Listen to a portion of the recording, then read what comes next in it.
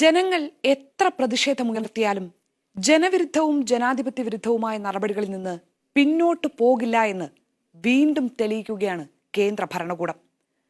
കർഷക സമരത്തെ ഭിന്നിപ്പിച്ച് നേരിടാമോ എന്നാണ് ഇപ്പോഴത്തെ തീവ്രശ്രമം.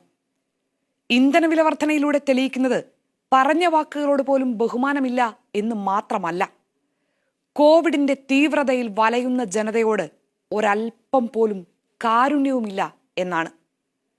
പ്രതിരോധമില്ലാത്ത രാഷ്ട്രീയാധിപത്യത്തിന് കൊടുക്കേണ്ടി വരുന്ന വില എത്രയെന്ന് ഇന്ത്യ ഇപ്പോൾ കണ്ടുകൊണ്ടിരിക്കുകയാണ്.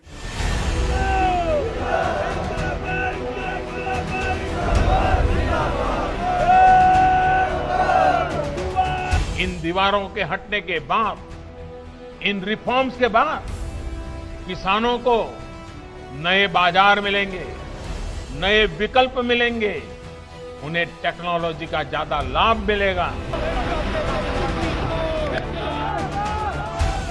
പ്രധാനമന്ത്രി ഇതുവരെ കർഷകരോട് സംസാരിച്ചില്ലെങ്കിലും ഫിക്കി സമ്മേളനത്തിൽ നിലപാട് വ്യക്തമാക്കി കഴിഞ്ഞു. കാർഷിക നിയമങ്ങൾ ശരിയാണ്, കർഷകർക്കും രാജ്യത്തിനും ഈ നിയമങ്ങൾ നല്ലതാണെന്ന് ഭരണകൂടം തീരുമാനിച്ചിട്ടുണ്ട്.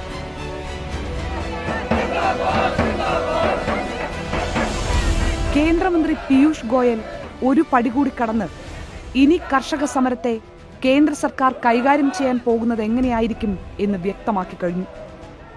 തീവ്ര ഇടതുപക്ഷത്തിന്റെ സാന്നിധ്യമാണ് സമരത്തിന്റെ പ്രശ്നമെന്ന് പീയൂഷ് ഗോയൽ വ്യക്തമാക്കുന്നു.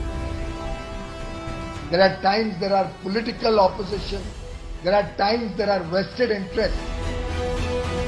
പക്ഷേ കർഷകരുടെ ആവശ്യവും നിലപാടും വ്യക്തമാണ്, നിഷേധിക്കാനാകാത്ത വിധം സുതാര്യതയുള്ളതുമാണ്.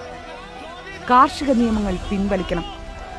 കാർഷിക മേഖല സ്വകാര്യ കുത്തകകൾക്ക് തീരെഴുതി കൊടുക്കുന്ന എല്ലാ വ്യവസ്ഥകളും ഉപേക്ഷിക്കണം. കർഷകന്റെ അവകാശങ്ങൾ മാനിക്കാത്ത, ലാഭത്തിൽ മാത്രം ഊന്നിയുള്ള സമീപനം നിറഞ്ഞ നിയമങ്ങൾ പിൻവലിക്കണം. കർഷക സമരം രാജ്യമാകെ വ്യാപിക്കുകയാണ്. പക്ഷേ ഒരു പ്രതിഷേധത്തെയും മുഖവിലക്കെടുക്കാത്ത കേന്ദ്ര സർക്കാർ തുടക്കത്തിലെ കർഷക സമരത്തെയും അവഗണിക്കാൻ ശ്രമിച്ചു. പിന്നെ കിടങ്ങു കുഴിച്ചും ജലപീരങ്കികൾ ഉപയോഗിച്ചും രാജ്യത്തെ പട്ടിണിക്കിടാതെ പോറ്റുന്ന മനുഷ്യരെ നേരിടാൻ ശ്രമിച്ചു. ഭീകരവാദികളാക്കാൻ ശ്രമിച്ചു. ഒടുവിൽ ഗത്യന്തരമില്ലാതെ ചർച്ചയ്ക്ക് ക്ഷണിച്ചു.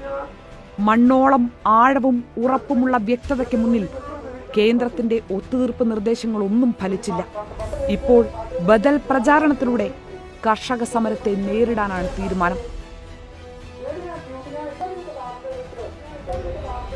രാജ്യമാകെ BJP കർഷക നിയമത്തെക്കുറിച്ച് പ്രചാരണവും വാർത്താ സമ്മേളനങ്ങളും നടത്തും.